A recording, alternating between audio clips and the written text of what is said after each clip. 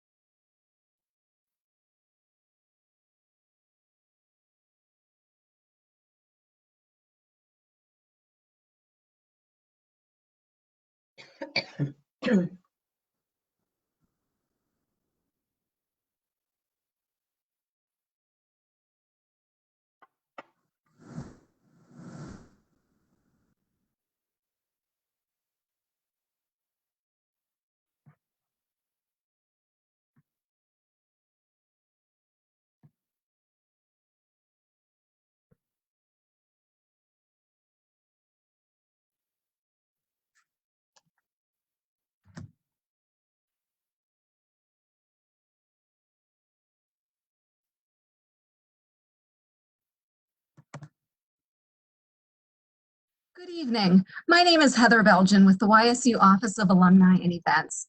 Welcome to the Alumni Lecture Series program, Do's and Don'ts of Nonprofit Leadership with Karen Conklin.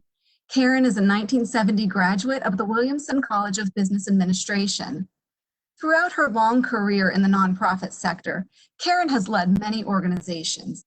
She's touched the lives of children and animals and had an impact in the arts and the American Red Cross. She's been the CEO of Conklin Consulting, LLC for 20 years, where she helps nonprofits with fund development, board development, and strategic planning. Karen is also a guest lecturer in the YSU Center for Nonprofit Leadership.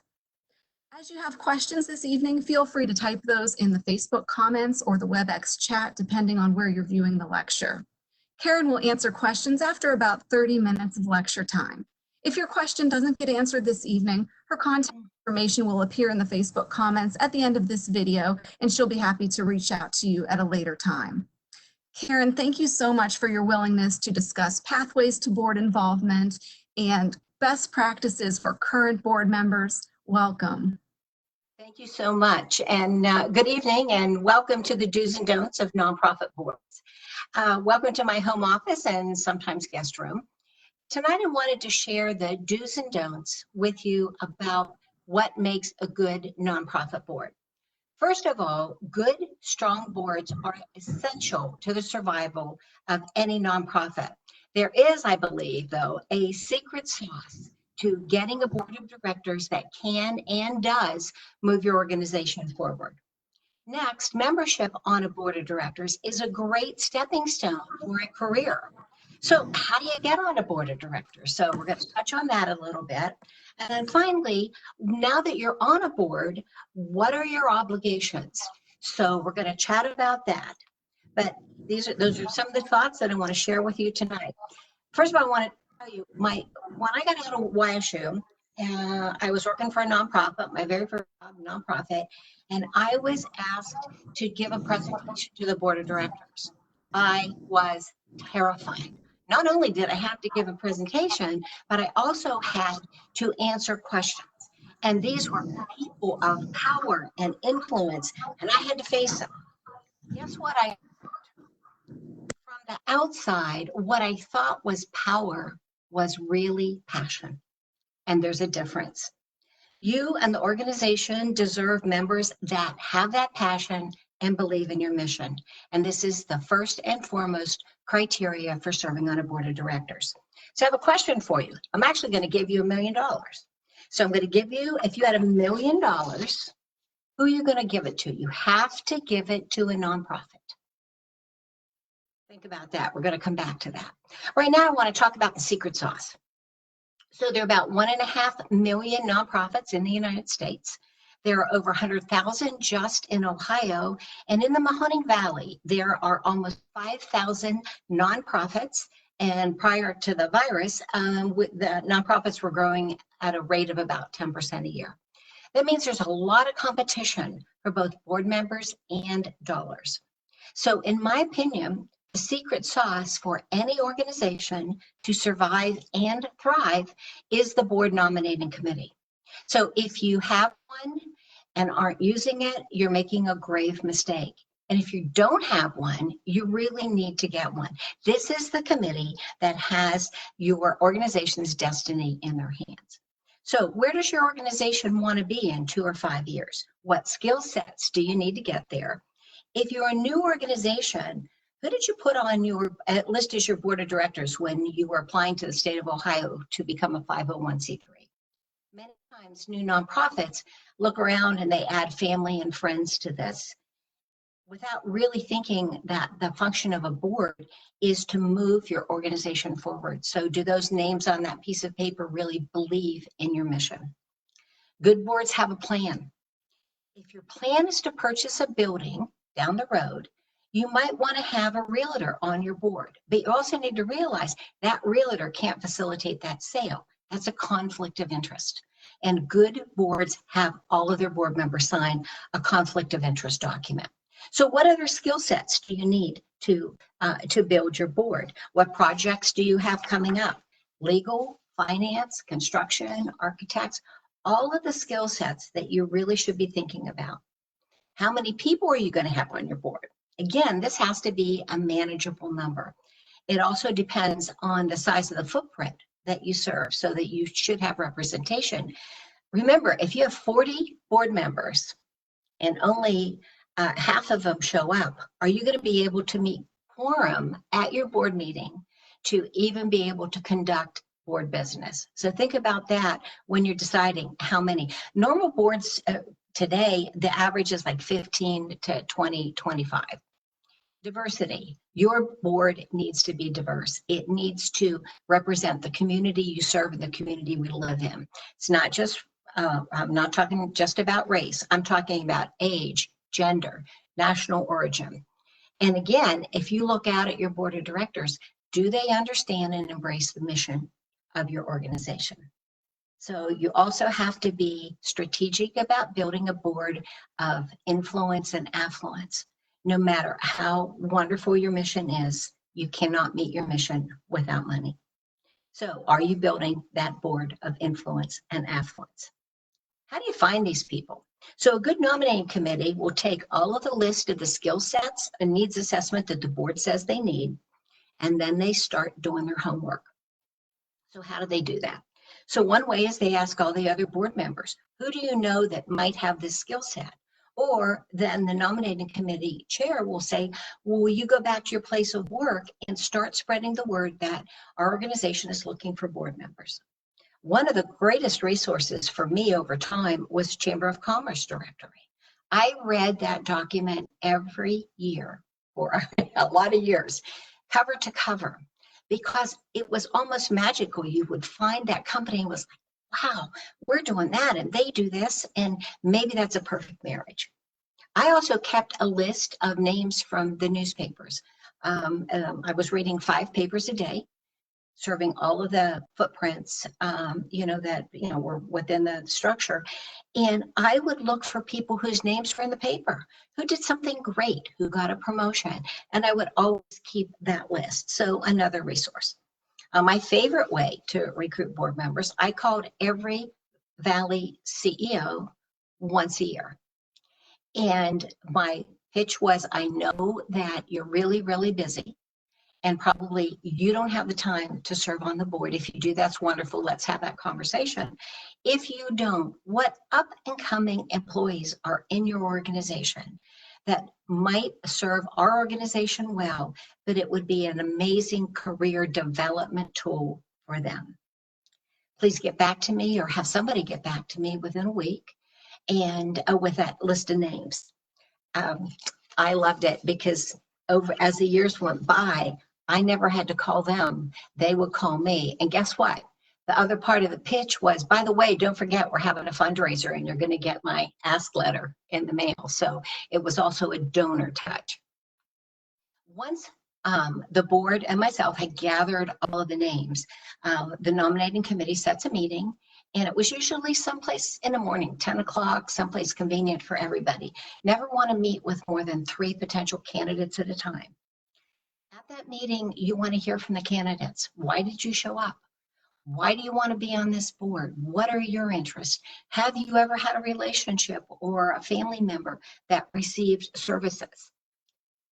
And then it's your turn, and you want to talk about a great story about your organization.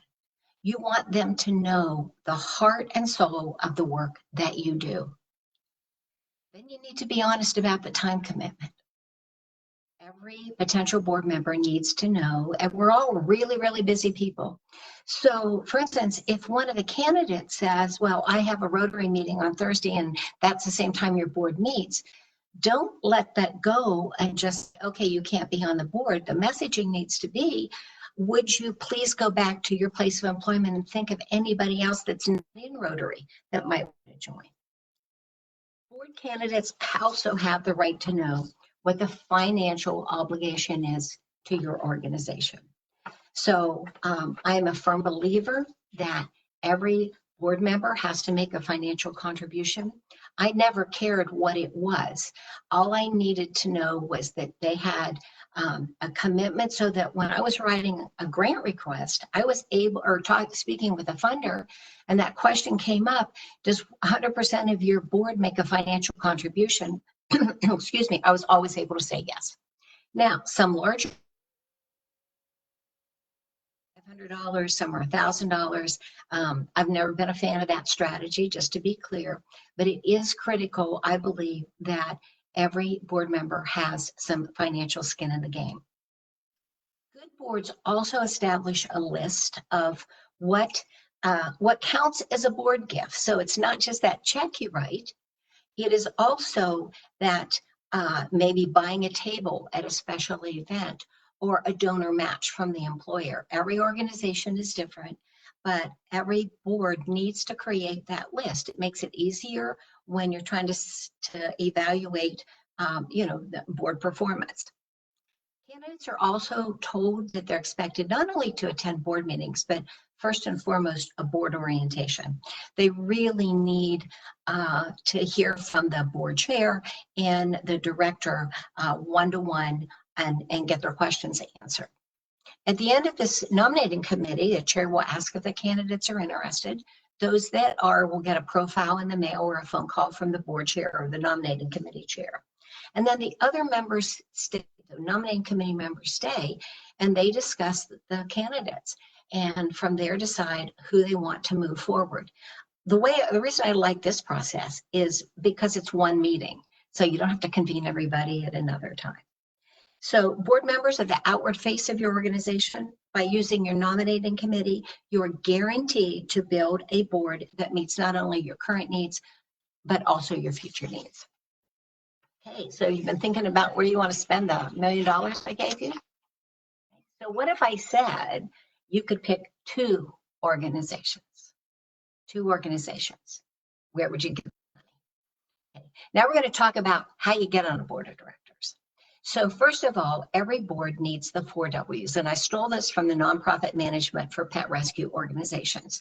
And I've used this over the years. Every board needs wisdom to further the mission, workers who are willing to commit time, talent, and energy and actively participate, wealth to make a personal contribution to the financial well-being, and the worrier. My favorite is the worrier.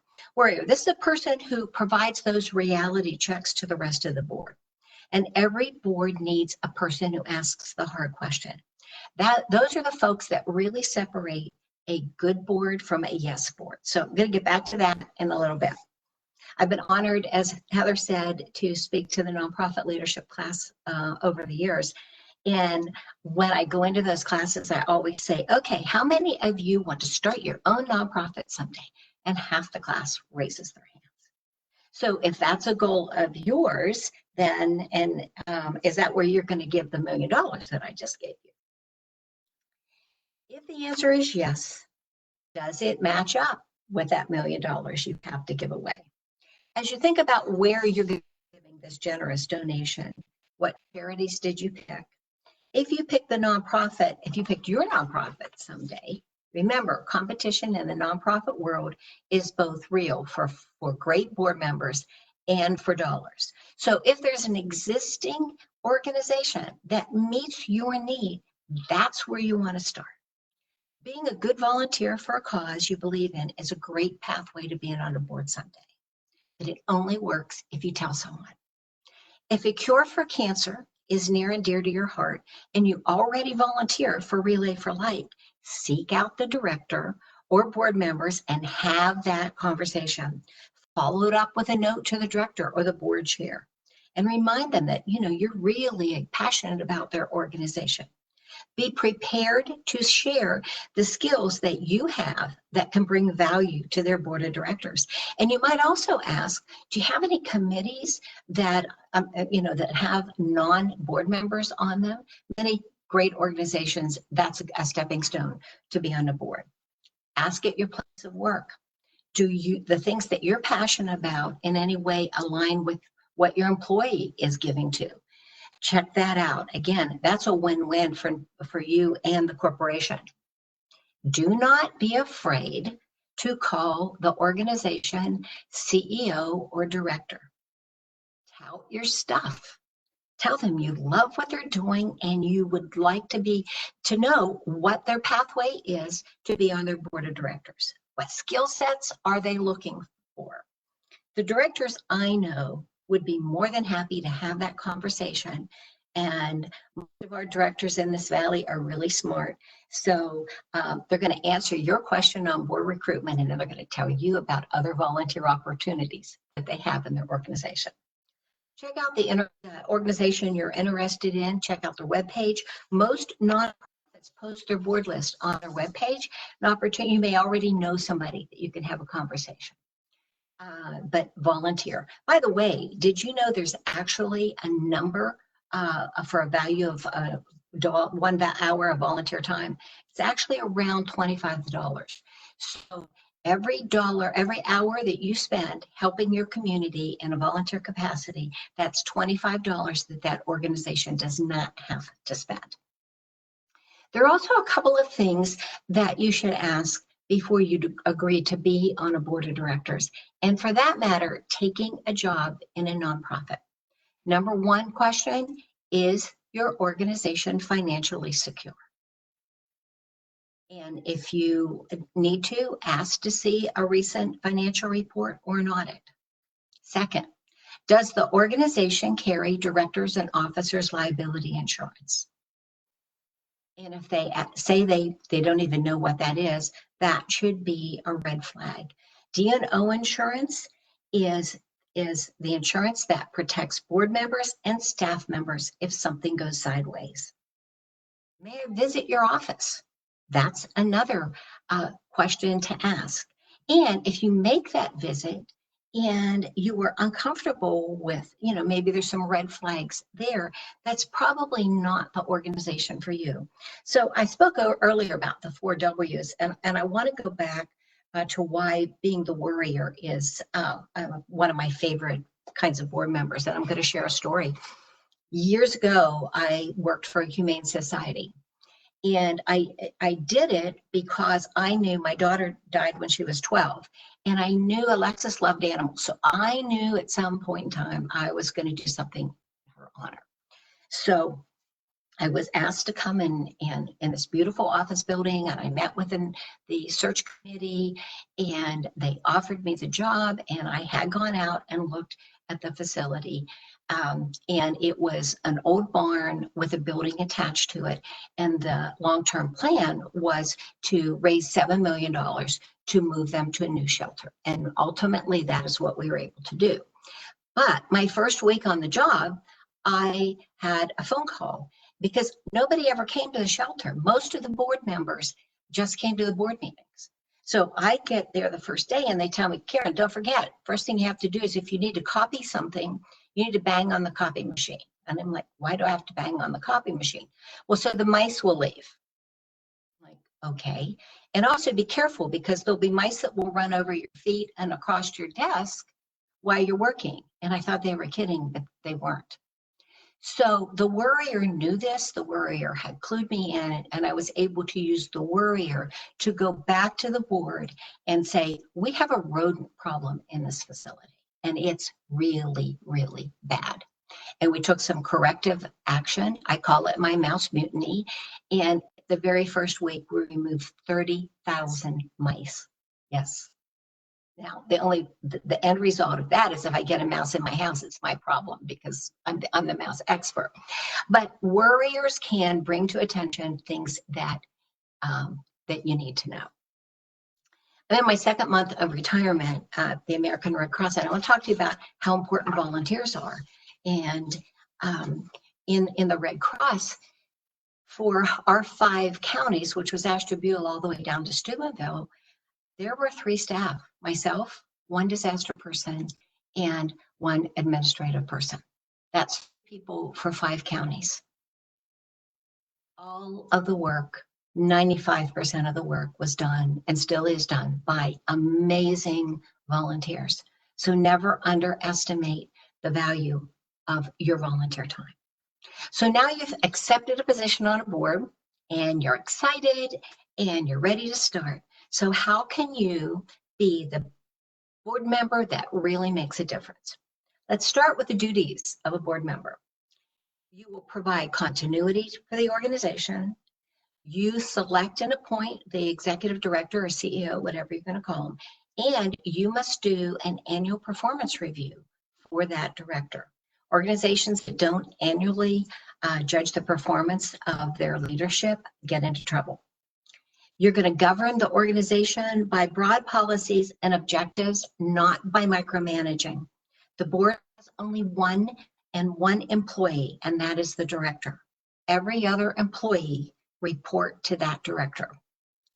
Employees' personnel policies are in place to handle any grievances, and most organizations have a personnel committee as part of their board. Your responsibility is to help ensure that the board acquires sufficient resources so that you can continue operations. You're accountable for the public work that's done. And you're also accountable for the public image. So that means, being positive and excited about your representation of that organization. So just like the board does an annual performance evaluation on your leadership, your executive director, every board should also do an annual board assessment on the board's work. Have you met your goals and objectives? And some of the questions on those are, as a board member, have I attended board meetings? Have I participated? So you're responsible for your own assessment as well. Most organizations ask you as a board member to sign a code of ethics. And there are lots of variations. I happen to really like this one. As a board member, I believe in the purpose and mission of this organization, and I will act responsibly and prudently as its steward. As a board member, I will respect and support the majority decisions of the board. I will recognize that all authority is vested in the full board only when it meets in legal session. I will stay informed about what's going on. I'll ask questions, I'll request information, and I will take responsibility for making informed, educated decisions. I will bring to the board any issues that I believe will have an adverse effect on the organization, its members, and those we serve. That's your worrier piece. I'll refer complaints to the proper level on the organizational chart. I will recognize that my job is to ensure that the organization is well managed, not to manage the organization. I'm going to repeat that. Your job is to ensure that the organization is well managed, not to manage the organization. To that end, I will work with the staff and other board members as partners to achieve our goals. I will consider myself a trustee of the organization and do my best to ensure that it is well maintained, financially secure, growing and operating in the best interest of those we serve. And I will always act in the best interest of the organization. I will excuse myself from discussions and votes where I have a conflict of interest, and I will attend at least 75% of board and committee meetings. Now, you also have a responsibility that says, as a part of my responsibility as a board member, I will not criticize fellow board members or their opinion outside of board meeting. I will not discuss board business outside of the meeting. Board business is confidential. I will not use the organization for my personal interest or that of my friends. I will promise I will not vote on any issue. I won't make up my mind ahead of time until I am in the meeting and listen to all sides and all the facts that have been presented. I will not interfere with the duties of the executive director or undermine his or her authority with staff members. Good organizations have every board member sign some type of ethics agreement. You have this responsibility as a board member, and you have an issue, you can, there's always a course of action. It's usually going to the executive committee or going to the board chair. In today's fragile environment, more than ever, organizations are charting a new course for future survival. I choose to see this as a wonderful opportunity to better the community in many new ways. I mean, who knew we'd be doing something like this? I'll be happy to take questions, but I'd like to conclude by sharing with you what I have told my children. If on a Sunday night you hate the thought of going to work on Monday, you are in the wrong job. Quit and find your passion. If you are on a board of directors and you are not enjoying the experience and you're not feeling that sense of making a difference, resign. Do not wait till your term is up. Resign. Find another organization where you can truly feel the passion that we all have working in the nonprofit sector. Thank you for listening. I feel so blessed to have served many causes, met many, many wonderful people, and I've never had a Sunday night where I didn't want to go to work the next day. Thank you. Thank you, Karen. Feel free to share your questions in the Facebook comments, and we'll start with the couple here. Karen, as a board member, do you have any advice for how to handle a difficult fellow board member? Well, I think that honesty, transparency is always the best way. Just like every societal piece, boards sometimes end up in cliques. And you really need to, it's up to the board chair to address any of those issues, have an open conversation. Sometimes it's just a misunderstanding. We all know communication can be tough, and it's even tougher in an organization where one board member is passionate about going left and everybody else wants to go right. Okay. And with many nonprofits in the area, do you have any advice for collaboration between organizations? I think United Way is a really good place to start. And I think the Youngstown Foundation, the Community Foundation, the Ween Foundation, they are the folks that really have their fingers on what's going on across the community. And so I think those organizations are great places for collaboration.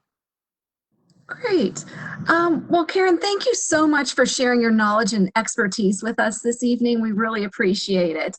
If anyone does have questions, you can reach out to Karen. Her email address will be in the Facebook comments shortly. And also, don't forget to join us right here on Facebook and WebEx next Thursday, May 21st at 7 p.m. when Dr. Nicole Pettit will present Refugees, Myths and Realities. Thank you for joining us. Good night.